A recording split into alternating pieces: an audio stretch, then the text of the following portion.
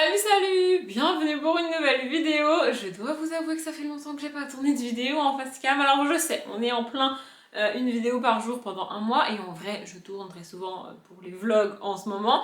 Mais ça fait longtemps que je me suis pas, en fait depuis le début du mois de septembre, je ne me suis pas installée comme ça devant mes bibliothèques pour tourner des vidéos, tout simplement parce que les dernières vidéos du mois de septembre devaient être tournées avec cette merveilleuse nouvelle organisation derrière moi et donc ouais, j'ai dû attendre d'avoir réorganisé mes bibliothèques avant de tourner ces dernières vidéos du mois. Du coup voilà, ça fait très bizarre de retourner une vidéo alors même que je tourne des vlogs tous les jours. Mais enfin bon bref, c'est pas très grave.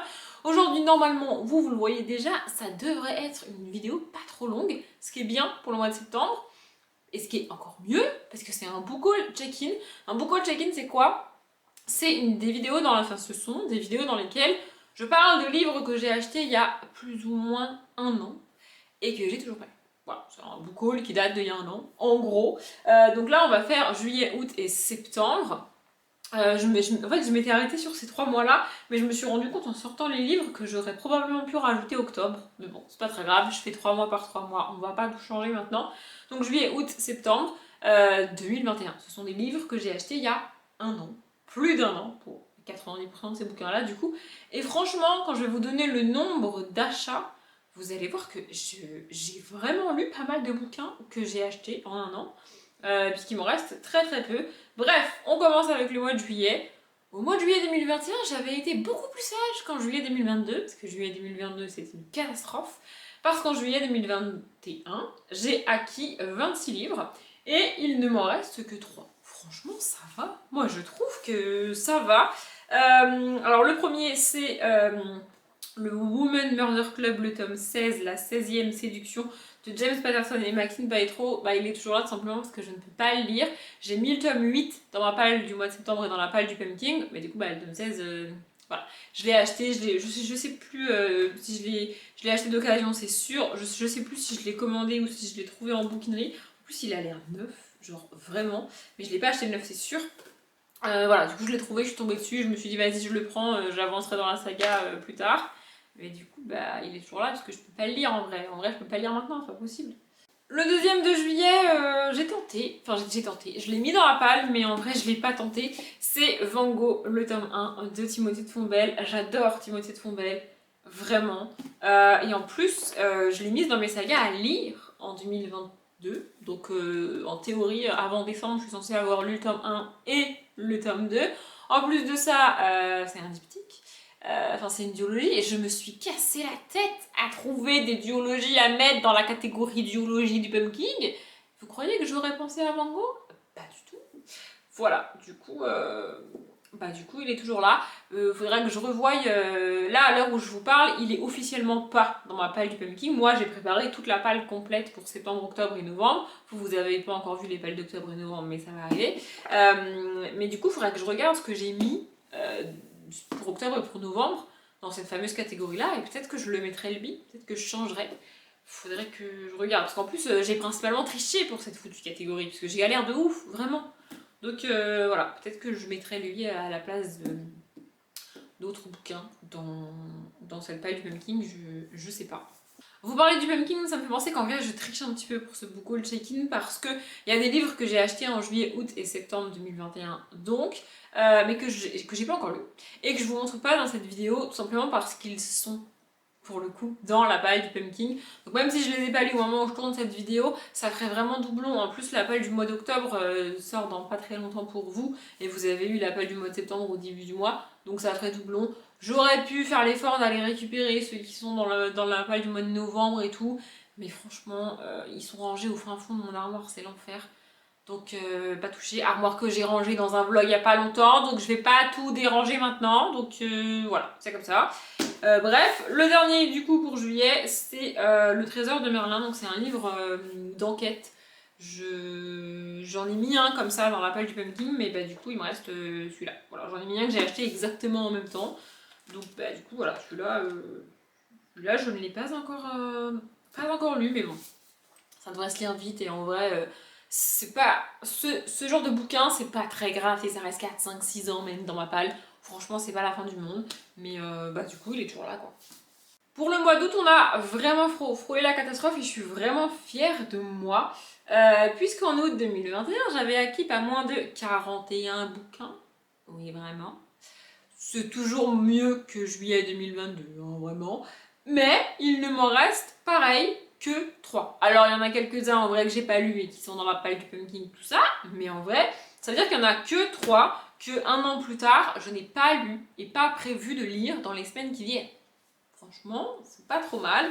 Le premier, c'est Obsession de Elise Title. Voilà, je l'avais acheté parce qu'il est édité dans la collection ou aux éditions, je sais pas, Mira, qui est une espèce. Alors, je sais pas si c'est une collection des éditions Harlequin ou si c'est une espèce de sous-maison d'édition de Harlequin, mais en gros, c'est dans ça, on va dire, que sont édités les thrillers par Harlequin, par le groupe Harlequin.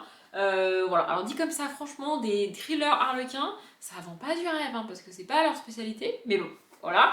Et en fait, j'ai déjà lu une autrice éditée sur Mira, on va dire ça comme ça, et j'ai beaucoup aimé. En fait, je m'attendais tellement à rien et à ce que ce soit pas ouf que j'ai adoré. Voilà. Du coup, j'ai trouvé celui-là d'occasion et je l'ai acheté, mais c'est pas pour autant que je l'ai lu. Hein.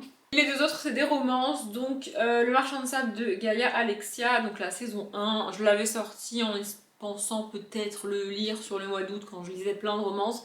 Mais du coup, je l'ai pas lu et j'ai pas calé tant de romances que ça sur, dans le Pumpkin. Du coup, il est toujours là. Je vous avoue que après mon échec avec Gaia Alexia, je suis encore moins sûre de tenter parce que celui-là, je suis quasi sûre que ça va pas me plaire. Mais j'avais quand même envie d'essayer. Autrement dit, il va rester encore, je pense, quelques mois dans ma palle avant que je l'en sorte. Mais il va attendre patiemment. Et donc le dernier, c'est une autre romance, comme je l'ai dit, c'est Calder et Eden, le tome 1 de Mia Sheridan. J'aime beaucoup Mia Sheridan et en vrai, je l'aurais lu cet été si j'avais eu envie de romance young adulte, mais j'avais envie que de romance adulte. Bah du coup, je l'ai pas lu parce qu'ici on est avec des adolescents. Logique, Calder et Eden, voilà. En plus, on parle de religion et tout. C'est le genre de bouquin qu'il faut que je sois vraiment dans le bon mood pour le lire et pour l'apprécier. Sinon, je vais lire 10 pages et ça va me gonfler. Voilà, donc je vais attendre d'être dans le bon mood pour le lire. En plus, c'est un Hugo, mais c'est un des Hugo les écrits petits. Voilà. Les Hugo, j'arrive pas à savoir si ça vient des collections ou quoi ou qu'est-ce, j'en sais rien. Mais les Hugo, ils ont pas tous la même taille de caractère, ils ont pas tous les mêmes marges. Je sais pas pourquoi. Et du coup, bah, celui-là, il est écrit quand même assez petit. Il y a des Hugo qui sont écrits beaucoup plus gros que ça. Enfin bref, c'est pas très important, mais il est toujours là. Et enfin, en septembre 2021, j'ai acquis 18 livres. Bon là, j'ai été moins performante, on va dire, puisqu'il me reste quand même 2 bouquins. Voilà, il m'en reste 3 sur 41 et 2 sur 18. Donc, voilà. Le premier, en vrai, je sais pas si je vais le lire un jour. Je l'ai acheté parce que tout le monde en parle. C'est une autrice que tout le monde adore et tout, blablabla. J'aurais dû le mettre dans le pumpkin, mais je l'ai pas mis dans le pumpkin. Donc potentiellement, il va attendre le pumpkin de l'année prochaine. Oui. C'est Wicca de Marie Alino. J'avais essayé une saga d'elle, je sais plus. C'est une fille qui a les cheveux roses, il me semble. Orphea Fabula. Je crois que c'est ça. C'est la même autrice, il me semble. Et j'ai pas du tout accroché à Orphea Fabula. Du coup, je suis un peu réticente à lire du Marie Alino. Entre le fait que moi j'ai essayé et que le Orphea Fabula, franchement, ça l'a pas fait, si c'est vraiment elle. Et de l'autre côté, je sais pas, en fait, cet engouement général pour elle, pour l'autrice et ce qu'elle écrit, moi ça me repousse. Ça me rebute pas et ça me fait pas vomir, tu vois, mais ça me donne pas envie en fait. Vraiment, parce que tout le monde l'aime, j'ai pas envie d'y aller. Voilà. Mais bon, du coup, je l'avais quand même acheté. Il me semble que je l'ai commandé chez France Loisirs. Et bah, du coup, un an plus tard, il est toujours là. Hein. Voilà. Il n'y a pas beaucoup d'illustrations. En fait, s'il avait eu plus d'illustrations que ça, je l'aurais pris en tant que petit livre illustré pour mes week-ends d'amis, vous voyez. Mais il y a juste ce genre d'illustration. Alors, c'est très bien, hein, enfin, je veux dire, c'est suffisant probablement et tout. Mais c'est pas assez illustré pour que j'estime que ça se lise vraiment vite.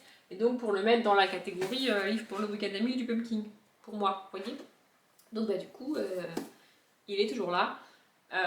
Soit je le mets dans le pumpkin l'année prochaine, soit je le lirai jamais. Donc à un moment donné, on verra ça l'année prochaine. Et le dernier, j'étais presque sûre de l'avoir mis dans le pumpkin, mais non, il est toujours là. C'est Les voleurs d'histoire de James Riley. Je sais pas pourquoi je l'ai pas mis. Enfin, probablement parce qu'il y avait d'autres trucs qui me tentaient plus et tout, mais là en faisant défiler les pages, franchement ça a l'air trop cool.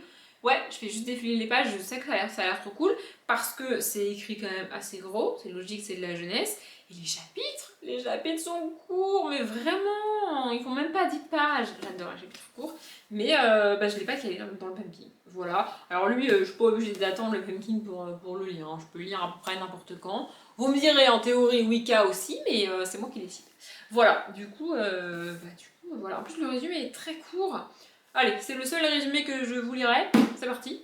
Quand Finn découvre que son ami Andy peut littéralement plonger à l'intérieur des livres, son rêve de rencontrer ses héros préférés devient réalité. C'est la première phrase. Ça a l'air trop cool. Pourquoi je l'ai pas mis dans le pumpkin? Faut absolument que je le lise au mois de décembre. Vraiment. Vraiment, vraiment, vraiment. Bon ben voilà, je vous ai présenté tous les livres qui me restent sur ces 3 mois-là. On se retrouvera à la fin de l'année ou au début de l'année prochaine probablement pour le dernier Book Check-in de 2021. Et après, on va déjà attaquer les Book Check-in de 2022. Le temps passe trop vite. Oui, je parle comme une vieille. Je sais, mais j'ai eu 29 ans cette année, je suis vieille. C'est comme ça, il faut s'y faire. Il n'y a pas de problème. Bref, je suis en train de rallonger la vidéo pour rien du tout, c'est dommage. Elle était courte, donc je m'arrête là. J'espère que cette vidéo vous a plu. Et tant que j'y suis, j'espère que ce mois de vidéo vous plaît, parce qu'il n'est pas tout à fait fini encore. Voilà. Bref, comme d'habitude, je vous souhaite une bonne journée, un bon après-midi, un bon appétit ou une bonne nuit. Et je vous dis à demain.